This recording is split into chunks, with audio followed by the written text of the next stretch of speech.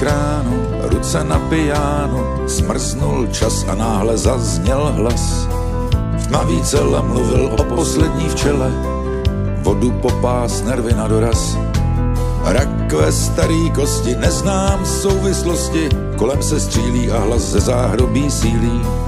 Temné utrpení, modlitba ve sklepení, slova tak těžká jako z olova.